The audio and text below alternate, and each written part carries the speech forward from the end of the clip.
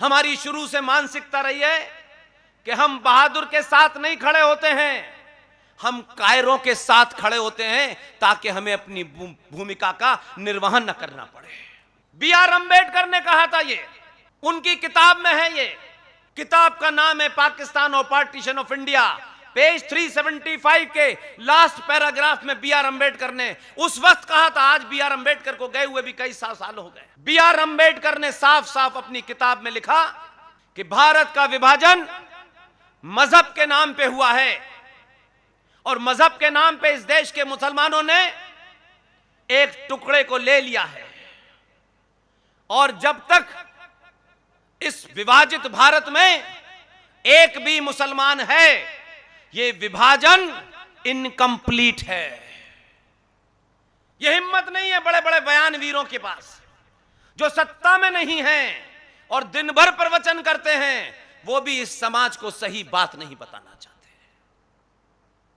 इसलिए आज 95 करोड़ सनातनियों का देश, जो संविधान पे यकीन रखते हो, संसद पे यकीन रखते हो, सारे नियम कानून मानते हो, उसके बावजूद भी हमारी हालत यह है कि हम मेजॉरिटी में हैं, दुनिया के अच्छे से बुरे सारे कानून मानते हैं, तब भी आज हमारे मुंह से जब ये शब्द निकलते हैं तो हम ये पूछना नहीं चाहते कि हम आखिर हैं कौन, हम कितने कायर हैं।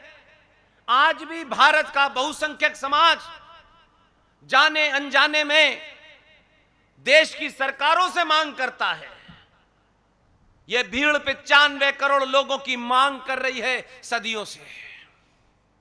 कभी ऐसा पुरुषार्थ आपने नहीं जगाया कि आप कुछ सोचें और सरकार आपकी चौखट पे आके नाक रगड़े कि पहले काम आपका होगा, क्योंकि देश के चलाने में आपका कंट्रीब्यूशन ज्यादा है, दूसरों का नहीं है। यह पुरुषार्थ नहीं पैदा किया आपने। इसलिए आज आपकी मांग क्या है? आपकी मांग है हमें समान नागरिक अधिकार चाहिए। 4 बार इस बात को अपने मन में जरा दोहराइए तो मुझे लगता है कि अगर आप सनातनी हिंदू हैं तो शर्म से मर जाएंगे। हमारी कायरता ने देश बंटने के बाद भी ये गीत हमने गाए, सारे धर्म बराबर हैं, ईश्वर अल्लाह तेरो नाम, ये सब हमने किया। लेकिन आज 70 साल के सफर में भारत के संविधान को रौंदते हुए, उसे धत्ता बताते हुए, सुबह से शाम तक कानून की बात करने वाला समाज चुप रहा, मौन रहा, क्योंकि अपने अधिकारों के लिए भी नहीं लड़ना चाहता। वो चाहता है कि उसके लिए कोई दूसरा लड़े, हम सिर्फ मजा करेंगे। इसलिए आज भी आप पूरी दुनिया में ये मांग जब करते हैं कि हमें समान नागरिक अधिकार चाहिए, इसका मतलब है कि देश की सत्ताओं ने पिछले 70 सालों में इस देश में बहुसंख्यक समाज से ज्यादा अधिकार इस देश में अल्पसंख्यकों के नाम पे बांट दिए गए हैं। अब बहुसंख्यक समाज उनके बराबर का अधिकार मांग रहा है। आपके पड़ोस में पाकिस्तान है, विभाजन के पश्चात उसमें 27% हिंदू थे। बांग्लादेश 71 में बना, वहां 29% थे। दोनों देशों में भारत के हिंदू माइनॉरिटी में थे। वहां इसलिए मारे जा रहे हैं कि वहां माइनॉरिटी में हैं, और भारत में चौराहे चौराहे, गली गली, कभी झारखंड में, कभी राजस्थान में, कभी गुजरात में, कभी दिल्ली में, कभी गुजरात के अलावा अलग अलग शहरों में, यहां मेजॉरिटी है, इसलिए भी सनातनी हिंदू मर रहा है। यह सोच के कभी हमें शर्म नहीं आती। हम अपनी लड़ाई लड़ना नहीं चाहते। पाकिस्तान के हिंदुओं की चिंता कर रहे हैं आप, वो तो एक इस्लामिक मुल्क में रह रहे हैं, उनकी चिंता मत करें आप।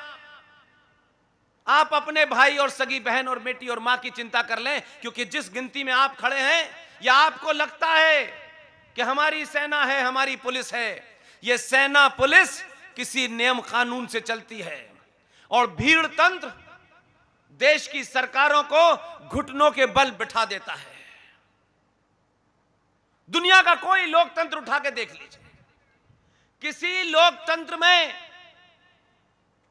कहां की सरकारों को भी देखें, दुनिया की भी सबसे पुराना लोकतंत्र जो बड़े आदर्शवाद की बातें करता है, जो बड़े ह्यूमन राइट की बातें करता है, वहां भी वहां की पुलिस को जो आदेश है वो शायद हमें पता नहीं है।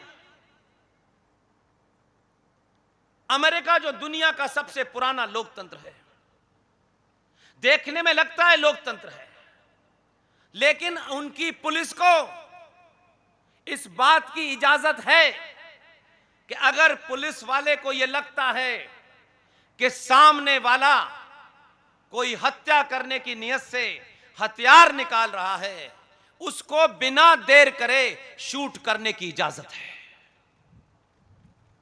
हमारे यहां यह जिहादी इस्लामिक दिल्ली हो, राजस्थान हो, बड़े से बड़ा शहर हो, बंगाल हो, पुलिस को दौड़ा रहे हैं जिहादी, और पुलिस अपनी जान बचाने के लिए किसी के घर में घुस के शेल्टर ले रही है। इससे बड़ी शर्म की बात क्या हो सकती है?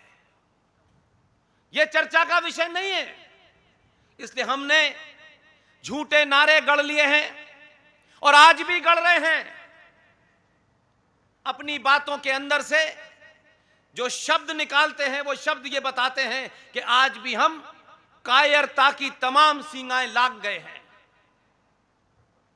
अपने अपने रूप में हम बहुत महान हैं, बहुत पैसे वाले हैं। कश्मीर में भी यह बदख्याली हो गई थी। 1935 में लाहौर के लोगों को भी यह बदख्याली थी। बहुत सारे लोग उस वक्त भी जगह जगह जाकर के यही सब बातें कर रहे थे। तब उस वक्त का हिंदू यह कहता था कि देखो, यह हमारे भाईचारे में नफरत फैलाने आया है।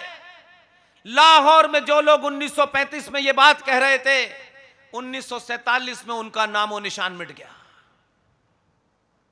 कश्मीर में भी कश्यप ऋषि के वंशज सनातनी हिंदू सभ्यता के तमाम सारे, चाहे वो पंचतंत्र हो, सब कुछ कश्मीर की धरती पर लिखा गया। उस कश्मीर में भी एक लंबे समय तक हम इसी गलतफहमी का शिकार रहे कि जैसे हम कायर और मूर्ख हैं, वैसे ही हमारा शत्रु है। शत्रु आज से नहीं है, मानवता का यह शत्रु 1400 साल पहले पैदा हुआ था। पूरी दुनिया में यही हो रहा है। इसका इलाज नहीं ढूंढ पाए हम कोविड का इलाज ढूंढ लेते हैं, लेकिन इस्लामिक जिहाद का इलाज नहीं ढूंढ पाते, क्योंकि शायद हम ढूंढना नहीं चाहते। जब तक हमारे घर में लाश न मिले, तब तक हमें गुस्सा नहीं आता है।